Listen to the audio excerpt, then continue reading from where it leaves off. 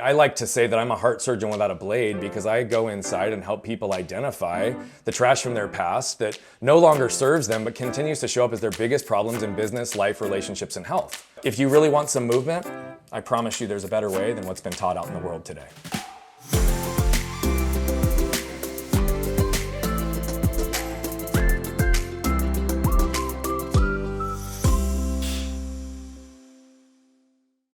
Welcome back to Kim Daily TV, and man, do I have a super special guest for you all today. His name is Brian Bogert, and I was blessed to be a guest on his show. I stepped into his studio not really knowing what to expect. I thought we were going to talk about franchising, and the conversation went in a totally different direction, which is probably what's going to happen here today. So Brian is a human performance coach, but he has an amazing story. And the reality is he's so much more than that. You know, this show, Brian, wait, let me introduce you. Brian, welcome to the studio of Kim Daily TV. I'm so happy to be here, Kim. I love your energy, and I've just enjoyed all of our time together so far. I just start streaming, and I get so excited. I'm like, wait a minute, I got to welcome you into this conversation. That's all right, great. I just want to dive in because I think it's going to get really juicy really fast for everybody. Your bio says you're a human performance coach, okay, but there's obviously so much more to that. And this show, so how is that relevant to Creating Wealth Through Franchising podcast? So this show is about inspiring dreams. Dreamers dream who want control and freedom, and we define those outcomes, and then Kim helps, provide solution, which is a franchise business, right? Buying down the learning curve of starting a business by investing in a proven franchise to drive an outcome. So I'm not selling franchising, I'm selling freedom, which is what everybody wants, right? And then the other listener is the one who's looking for advice, tips on how not to fail, or maybe I am a business owner and man, I cannot figure it out. I'm not actually living the dream that I signed up for. So with that kind of a setup, I want you to introduce yourself to my people and then just start talking, because when this man talks, everybody leans in. Oh, thank you, my friend. I so appreciate you and even the way that you just freestyled that intro.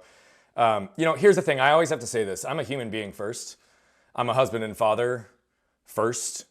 That's the only thing binary in my world is my wife and my kids. Because if the three of them are not good, then I walk away from everything else. Now, I have to tell you, I didn't always live congruently to that, even though that's what I always believed and that's what I always told the world, right? I always said I was going to do everything for the benefit of my family, but I learned through a whole variety of situations that the lack of congruence in my life is also what created so much damage, so much pain, so much separation, so much isolation, so much disconnection, so much scarcity.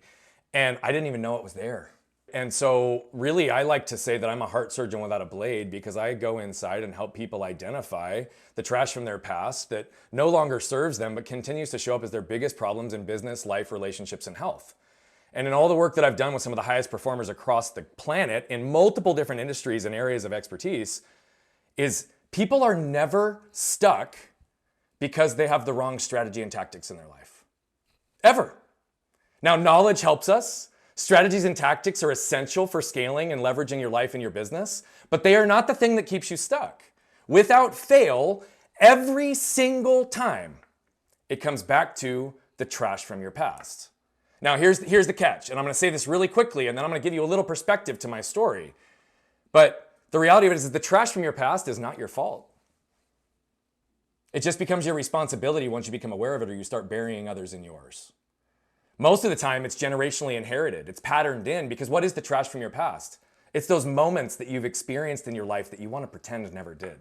It's those things that hurt that you maybe never completely healed from. Those areas that you felt hidden, you had to hide or needed to protect yourself. Those things that caused you to not feel like who you are, and you've wanted to put it in a box and put it up in a compartment, up in the closet, or shove it down and just pretend like it never existed, yet it continues to come back as your fatal flaw. And the reality of it is often it's unconscious because it's so patterned in, and it's tied to the emotional triggers, behavioral patterns, and environmental conditioning of which we absorb from the time that we are babies. Now, here's the thing. My story is a little bit extreme, at least the one that most people know me for, but I used to believe that it was my transformation story. So I'll bring you into the loop right now with this because it's important. It's not my transformation story, and you'll see where that goes, and I promise you I'll loop that back before the end of our conversation. But when I was 7, I'm going to give you an expedited version because of the lengthier show. When I was 7, I went to Walmart with my mom and brother to get a 1-inch paintbrush. I was standing next to my mom's car waiting for her to unlock the doors, but this was back in the days before key fobs. So I had to wait for her to reach into her purse, grab her keys, pull them out, stick them in the door, turn it so that we could go on with our way. And as I was waiting there, a truck pulled up in front of the store, and the driver and middle passenger got out. Passenger all the way to the right felt the truck moving backwards. So he scooted over to put his foot on the brake, just like any one of us would do, Kim. But he instead hit the gas. Combination of shock and force threw him up on the steering wheel, up on the dashboard, and before you know it, he was catapulting 40 miles an hour across the parking lot right at us with no time to react. So I'm getting ready to get in the car. I turn my head and I look left and I see this truck and I have no time to react. He goes up over the median, up over the tree in our median, hits our car, knocks me over, runs over me diagonally, tearing my spleen, leaving a tire track scar on my stomach, and continuing on to sever my left arm completely from my body. The next thing my mom hears is my brother's voice saying, "Mom, Brian's arm is over there, 10 feet away." It was August 10th, 1992, 6:10 p.m., 115-degree day. She looked up, saw my arm, and she saw the trail of muscle that was cooking like hamburger on the hot asphalt. Now, I always have to pause in this before we go any further into my story, and I have to acknowledge the woman that is responsible for me being here. And my mom is definitely one of those, but there was a nurse that walked out of the store right when this took place, and she saw the literal life and limb scenario in front of her. I've said for years I was forever indebted to her because of the choice she had to go into action in that moment. And that became even more powerful this last year because I met the woman who saved my life on the 30th anniversary of the accident. Oh my God. And I learned last August that she had a friend with her that day who also had all the training, who was a nurse as well, who witnessed the same thing, the life and limb scenario, and turned and decided to go home. Now I want to be really, really clear. I have zero negative emotion towards the person who turned away. It's completely within her right. And I want everyone to hear that. But what I'm trying to really impress the point upon is the fact that her choice to go into action had a ripple effect that not only saved my life and my limb, but ultimately is having a ripple effect impacting millions of lives in this world as a result of her one choice. She came over, stopped the bleeding on my main wound, saved my life, put my arm in ice in a cooler to give me a fighting chance of saving my arm. And so if it wasn't for this woman, I either wouldn't be here with you today, Kim, or I'd be here today with a cleaned up stump. The last thing I'll say on this, and then I'll pause and we'll take it wherever we need to, is that I realize I have an extremely unique story. But every single one of you listening also has an extremely unique story. Every one of you. You can't just stop right there, Brian. You got to keep going because now we're all leaning in. So I'll give you more, but I want to pause because I want everyone to hear that your story is also significant. And what I want everyone to understand is that regardless of the extremities of your stories, what's important is that you learn how to pause and become aware of the lessons you can extract from your stories to shorten your own curve to learning because you can now apply those intentionally in your life and moving forward. And we all have the ability to tap into the collective wisdom of other people's stories. So today, I'm going to live in my purpose, which is to tell my truth, which will hopefully give you permission to live yours. But the reality of it is everything I do is about opening people to stand in their power and their potential and to actually be able to live in alignment with who they are and have all the things that they desire through joy, freedom, and fulfillment. And that only happens from doing the work inside. it's so amazing. I mean, if you're listening to this show right now, I hope you're like drying your eyes because this is crazy. So how does that experience then make you the coach that you are today? And how do you pull out from other people their story and apply it to their pain? And then ultimately, it's not here to talk about the pain. It's to talk about empowering yourself to be That's the right. person you really know you are meant to be. That's right. Well, the reality of it is it's not just that one story that shaped me into who I am and what I'm doing today, which, by the way, are one and the same. I just had somebody ask me that the other day. He's like, I can't tell if this is what you do or if it's who you are. And I'm like, for the first time in my life in the last 2 years, I can tell you it's exactly the same fucking thing, which is incredible. And, you know, when I sit here and say that, what I have to help you understand is a little bit of the context of the journey that went there before I can tell you where I'm at today and how I'm helping people, because I think the journey and the demonstration of the story is also what's going to teach some of the lesson. Okay? So when I came out right after all this happened, I was feeling sorry for myself. I was stuck. I was literally at 7, like thinking it was a dream. And then we had all these families coming up to us in the ER and saying, oh my gosh, we're so sorry for what happened to you. We're in urgent care with you. We're so sorry. What can we do to help you? And then we'd find out that their kid's laying in the hospital bed next to me with a terminal illness and doesn't know if they're going to live for another 30 days. Perspective hit me pretty hard right out of the gate because I didn't know if I would have my arm successfully reattached, if I'd ever have use of it like I do today, if I'd be able to live at the level that I can. But what I knew in that moment is that my life was saved and I didn't have the concern that the kids next to me did. So I immediately started to realize that in that moment, I wanted to get moved by the things that had happened to me instead of get stuck by them, right? I wanted to get moved by what had happened to me because I believe that moved people move people, and that's what I've been focused on a big part of my life. But I came out of the hospital and I wanted to move, right? And what would happen? I had a sling. I have a teddy bear between the sling. It has to heal at 90 degrees. So inevitably people are like, hey, what happened to you? They were expecting me to be like, oh, I was racing my brother down the street on our bikes and I crashed, or I flew off the jungle gym, or whatever, right? But I'd look at them just deadpan in the eye and say, I was run over by a truck and my left arm was torn off. And 99% of the time, Kim, this is exactly what they'd do. They'd pause after their jaws were picked up off the floor. They'd pause and they'd look to my parents for validation, which told me what? They didn't believe my story. They didn't believe you. They didn't believe my own truth. It's my own reality, my own truth. And immediately, every single day, I'm being told that the world doesn't believe me, right? Then the second thing that happened is that every single person, not everyone, that's not fair, but many of these same people started to view me through their lens of what they'd be capable of in my situation, immediately limiting me, telling me what I was going to be able to do, what I wasn't going to be able to do, what my function was going to look like, the life I was going to have. I'm sorry, so fuck that. It's so annoying. Right? People But do that in my world then? as well, by the way. They do it all the time. All of us are privy to this. It's just a matter of like mine was amplified for a different reason, right? But what did it do? I didn't realize this at the time. It was completely unconscious, but I protected myself. I created an intellectual narrative. I at that time, even at 7, was like, well, if I've got a strong mindset, if I've got a strong mind, then I can do anything. Mm-hmm. And by the way, I did. I did a lot of cool shit, right? But my narrative was this: Brian's good, Brian's strong, Brian's capable, he can do anything himself. Now, what the world added that I didn't was, oh, and if he needs help, he'll ask for it. Fast forward to 20. I'm snowboarding. Much of my life, I had to live on the edge of death just to feel alive. I don't want to be your mom. My mom didn't want to be my mom a lot either, because the number of calls she got from police officers, urgent care rooms, places that I would be around the world traveling and getting hurt, and she'd get a call. That's what happened this day. I'm on the hill literally, and I go down. Now I'll give you a little more color just because you brought the mom into it, because it actually is a hilarious story. I'm a mom of 2 teenage boys. Yeah, so I go down, and I was a good enough snowboarder that most of the time I knew how to just dig my edge in and pop right back up, right? Like we all go down. It is what it is. I went down and I caught my left elbow, and I immediately knew something was wrong. So I didn't pop back up. I slid down, and I was really graced because I had a snow patrol about 30 feet in front of me. He comes over to me and he goes, what's going on? I said, well, I'm going to talk calmly to you because I have a pretty extreme situation, and I'm 90% sure I just broke my left arm. But it's complicated, so I need you to listen to me. And he goes, there's no way you broke your arm. I was like, no, I did. I promise you, something's not right. It broke. I felt it when I went down. He goes, you'd be in a lot more pain. And I said, sir, I'm in a lot of pain, but I've been in a lot more pain than this before. So I'm able to hold this together because I know the importance of this situation. He goes, why don't we take off your jacket and we'll take a look.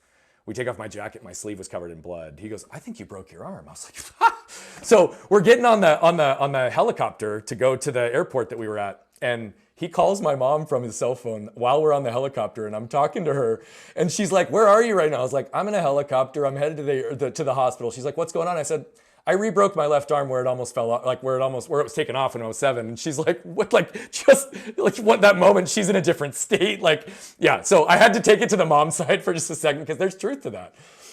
But here's what happened in that period. I went through 7 surgeons who were afraid to touch me. I went 10 months with my arm hanging by my side. I re-experienced as a 20-year-old many of the situations I did at 7, 8, 9, 10, 11, 12 years old as I was rehabbing, learning how to button my pants, tie my shoes, function in the world.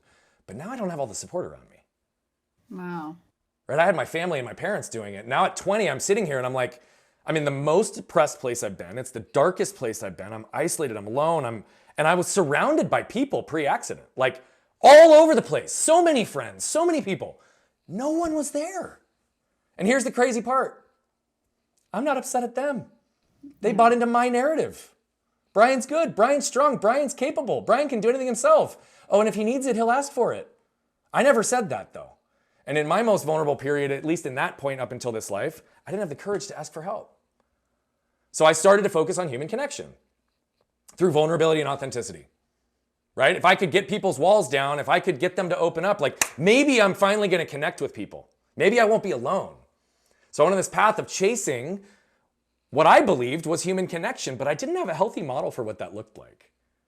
You see, I was in seek of who, but what did the world model for me? They taught me how to chase what? What house, what car, what amount of money, what, all the whats. It wasn't who I am, it was what can you demonstrate your success with? And so now I know unconsciously that I believed that at that time, if I built a life of significance, a life of success, that maybe people would just want to be around me. See, I was trying to seek who, but I was chasing what? And what happened is I woke up at 27 years old, having a $10 million growing business at that time, and having supposedly everything I ever wanted, the house, the car, the money, the beautiful wife, kids on the, like amazingness. But I was empty. I was still alone. I was still disconnected. I was still isolated. And I was supposedly riding at the top of the world. So I reevaluated, and for the last 11 years, I've been rebuilding. And there's a whole variety of other stories that shape that, but the most important one that I'll hit you with is when I was 32, I was laying on the couch with my daughter after we'd been playing. And she puts her arm around my neck and she kisses me on the cheek and she says, Dada, I love you. She's like 2 at the time. And I literally, and I had an experience, I just fell into tears. I fell apart. Tears just started flowing. And I'm sitting there realizing the joy that I'm experiencing in this moment, the connection, the love, the beauty of this moment, and realizing that most of my experiences with emotions paled so far in comparison to this moment that I must not actually be feeling. So I started to explore emotion, because what I started to realize is that human connection without emotion isn't really human connection. I'd mastered human connection from a strategic and tactical perspective by understanding the concepts of vulnerability and authenticity, and I got really, really good at it. But I still hadn't let my own guard down. I still hadn't actually started to unpack all of my stuff, and I was still operating in a deep level of shame and a deep level of anger that I didn't even know existed. And so 2019 happens, and my wife says to me, hey babe, I think you allowed fear to enter into your world in a way I've never seen you. I think you've convinced yourself we need the money, the status, the prestige. What I'm going to tell you is all we need is 100% of you, and we don't have it. I don't care if we live in a cardboard box on the corner. She said, I think you've convinced yourself that you need all this stuff, and I see you dying a little bit inside every single day you live in risk management and employee benefits consulting. But I was coaching and speaking at that point for 5 years side by side because of a coach I'd hired who told me I needed to be doing this, and I didn't listen for a long time. And when I jumped in, it was just beautiful. But she said, every time you're doing this, you light up. It's a different version of you. And she said, and I know you're not having anywhere near the impact on the world that you want. You're barely scratching the surface of your potential. She said, so why don't we walk away from everything and double down on this bet, and let's go see what we can do in terms of creating impact in the world. So I left the corporate world after having built a $15 million business because I was deeply misaligned in my life, and I felt like I wasn't fulfilling who I'm capable of being. And if I'm not going to do that, then how am I going to help others do that? So I left the world to go save other people and help them discover who they are. And then in April of 2021, 18 months after I'd left, my wife and I are sitting on the back patio, and she says, Brian, things that you did early in our relationship, ways that you showed up, patterns that still exist, that you still exist in, all created this dynamic of things that contributed to me losing who I am. Dagger to the heart. I said it's the only thing binary in my world is my wife and my kids, and I'm out here pouring into the world to help other people, and I'm crushing my family. I went from being in almost the best place in my life in marriage that I'd ever thought I would be in March of 2021, yeah. And a month later, I didn't know if I'd be married for another 30 days. So a lot of the work that we've done now and the taking out the trash model and how we help people came from that period of time, because though I did understand lots of elements of moving and healing and understanding, I went through 10 days right after that happened because I gave my wife my phone and I said, babe, clear my calendar. I need to do everything I possibly can to understand this, to unpack it, to go inside, to know the source of where this is coming from, why it's showing up this way.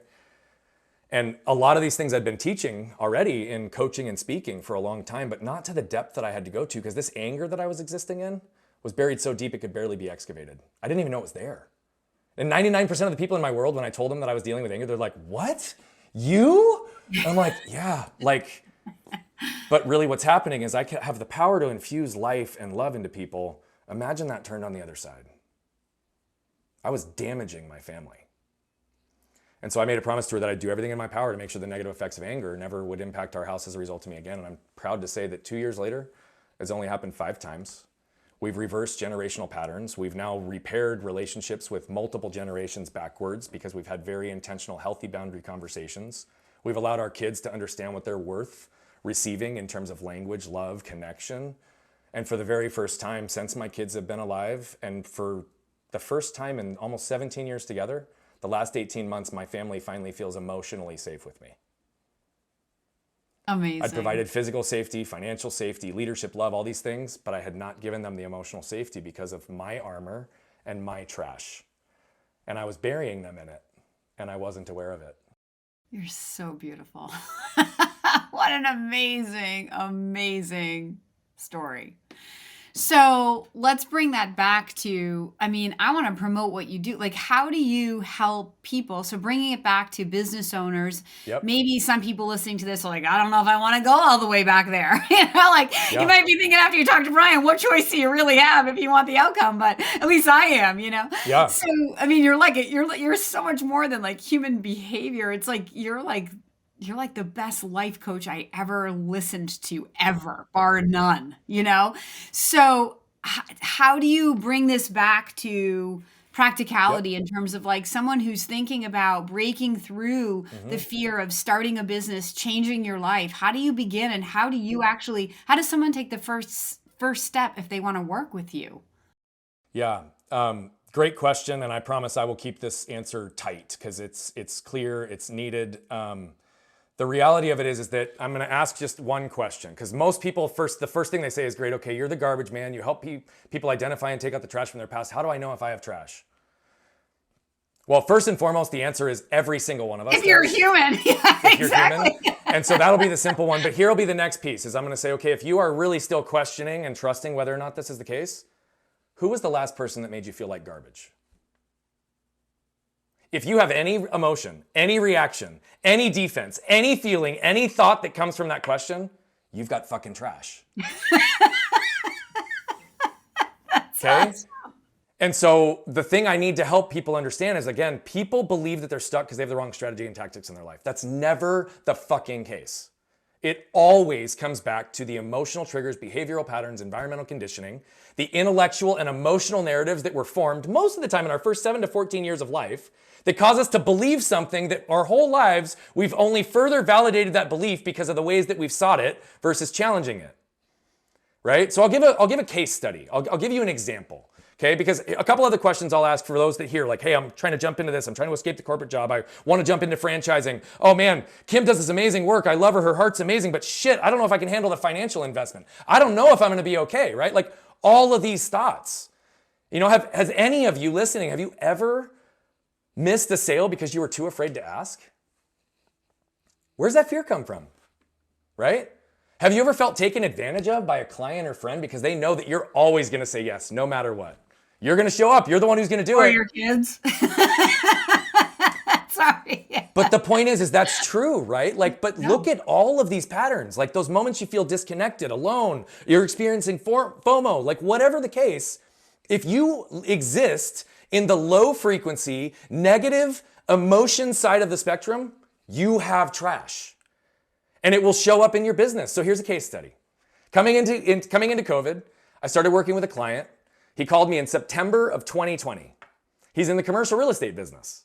He does investments, property management, and development. Okay?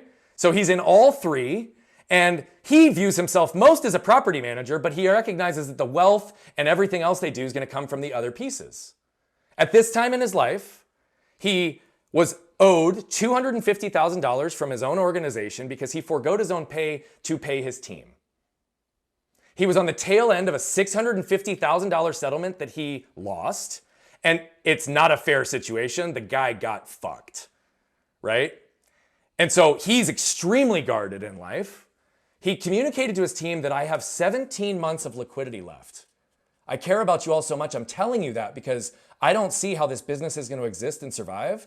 And I want to make sure that you all have the opportunity to put your families in the right place possible before I run out of money. He lived in the same house for the last decade. They bought it only thinking they were going to be there for 3 years. Now all of a sudden they're boys or teenagers and they're like falling on top of each other and they've not done what they needed to do. And this is a guy who rode his bike from coast to coast in the United States more than once in his life. And he's now 40 pounds overweight, drinking excessively. He's not moving and he feels like garbage. I paint the picture because I want everyone to understand, like, this is where the starting point was. We started to go in and we started to dig deep. Right? We have 5 pillars of trash that didn't exist actually at the time that I worked with him, but the models are the same. It's just the language is different. Yeah. And so we had to really help him start to understand and dig deep and understand where these pieces came from in his life. Right? He was existing in a deep level of scarcity that was rooted in a moment of shame that was created when he was 6 between his brother and his father. There was damage that was created there, and that pattern repeated itself in places that he was still carrying negative energy and resistance with relationships, people, and disconnection 30 years later, which is often the case. People are like, wait a minute, I've been carrying this for like 40 years. You think I can really yeah, you can. Okay? Because here's the thing about trash. The world tells us to show up, move fast, and put a smile on. We can't feel. We can't be real. We can't be human. So what do? The world judges us based on our actions and our performance. And many high performers have learned to receive love, validation, and connection through performance, which, oh, by the way, is contingent love, right? And so when we recognize all these pieces about how we operate, he was no different. We started to unpack it. We had to raise his level of awareness around it. We had to help him own it and create repair in the places that he needed to. He had to unpack it and understand, literally feeling for the purpose of healing, because if we do not feel, we do not heal. The reality of it is it's actually been scientifically proven. Do you know that the heart has 100 times greater electrical charge than the brain? The heart has 5,000 times the magnetic pull to the brain. And there's over 40,000 brain-like cells that exist in the heart called sensory neurites. And they've scientifically proven that if someone goes to therapy to intellectually alone process through their thoughts and their experiences, but they don't embody it in their feelings, then those 40,000 cells don't actually heal and move, which means that those same patterns will continue to repeat in your life. We had to get deep, okay? I'm gonna fast forward though to tell you the outcome. 9 months later, I got a call from his wife that said, "What have you done with my husband? Thank you." 18 months later, here's what happened in his business. In 2021, he netted over 600 grand himself. They entered into 3 8-figure fundraising rounds that he had never done before on the investment and development side. They closed all of them within 60 days. They extended benefits, raises, and additional support and team in their organization. They grew their business. They literally more than doubled in size within 18 months when he thought he was going out of business. Wow. They finally upgraded their home. They bought their dream home. They've got plenty of room. They're loving it. They're realigning their life. He's riding his bike 120 miles again a week. We have a call with them a couple weeks ago because we're doing a retreat and they want to come. I've never met his wife. I only got this email from her when she sent this to me or called me or whatever it was. That was like one interaction. We get on the call. The very first thing she says to me is, "Brian, we wouldn't have our home. We wouldn't live where we live. We wouldn't have the family and life that we have if it wasn't for you helping guide him through identifying and taking out the trash from his past." Because he had to understand how these things moved in his world, right? Because I'll give a great example, and this will be the last piece that I close this on. Anger used to show up in my family like this. My wife would say something like this: "Hey, babe, what are we gonna do with the kids this weekend?" My shame filter would cause me to hear it this way: "Hey, honey, you've not done enough to be a good husband and father here recently, so what are you gonna do to make up for it this weekend?" Wow. Which would immediately trigger defense, protection, elevation. My heart rate would go. I'd start to get like my blood flushing and I'd rattle off the 10 things I've done in the last 4 days to show her I'm a good husband and father. That wasn't even what she was asking. She's like, whoa. Now I've created damage, which creates more energy for both of us to create repair and diffuse that energy. I've now triggered her, caused her to put her armor up because of the places that her trash exists that again aren't my fault, but they can be my responsibility for her as well, right? Yeah. Yes. And so now what happens? I need to know how it moves in my world so I can pause in those moments because that's where we create the movement in our lives. It's about catching ourselves in the moment of a reaction, the moment of fight or flight, the moment of protection, so that we can instead move through it. So now if my wife asks me something or says something and I feel something inside, I can be aware of it, own it, unpack it, understand it real time in the moment, pause, take a breath and say, hey babe, I don't think I heard you correctly because I'm feeling a little bit triggered in the moment. Could you please restate it one more time and I'll try to hear it through a more neutral lens. And if I can't diffuse this, maybe we can pause and revisit later. No damage, no reaction, response, right? And the reality of it is that that is where we move in our lives. That's where we break these patterns. And the reality of it is if you ever feel like garbage and you want to stop feeling like garbage, it's going to require you to sit in it. It will feel like garbage to unpack it. But if you want to continue to feel like garbage forever, then just leave it alone and keep pushing through and pushing down. But if you really want some movement, I promise you there's a better way than what's been taught out in the world today. That's amazing. How do people find you? On social media at Bogert Brian, or if you're a web person, brianbogert.com. But if you just Google my name, you're going to find a lot. So I don't say that to impress. I say it to impress upon the point. We want to impact over 1 billion lives as quickly as we can by reducing the level of internal suffering that exists on this planet. So it's going to be collective impact through working with people like you, amplifying messages of impact, heart, and love. And we'll be able to allow people to stand on their core 2 feet exactly as who they are at some point. It's amazing. And you know what? To simplify it, even like take this very, very deep conversation kind of like up a level or two, just to say when people ask me, Kim, why are some franchises successful and why are some franchisees, why am I going to fail? Like, this is actually the answer. It's always the trash from their past. And Kim Daly says it a little bit different, and I share my story, which is not as deep as yours, but it's a story. It's your story's real, yeah. And it helps people get it, but it's the same exact answer. It's always people looking externally. You, Mr. Franchisor, it's your job to make me successful. And so when they're asking that question, they want me to say, well, the franchisor didn't do his job. And then sadly, because I know from my own 26 years of being a business owner, the only person who was ever going to do it for me was me. And it wasn't until I woke up and realized and owned that and decided to own it that I went from being an average performing consultant to a history maker in my franchise. And I'm just me, and that's my story. And so I try to leave that inspirational message with all of my listeners and my candidates especially, because when they ask me that question, how do I succeed or how am I not going to fail? The answer is so much deeper than that surface answer I know everybody wants to hear. Yeah, it's amazing. You are an amazing, amazing person, Brian. Thank you, Kim. I really appreciate you. I reflect that back to you. God bless you. For anyone who's interested in meeting this perfect specimen of a man, please. But Far from perfect. We'll put his contact information in the description. His last name, by the way, is Bogert, right? So if you're going out looking for him, it's Bogert.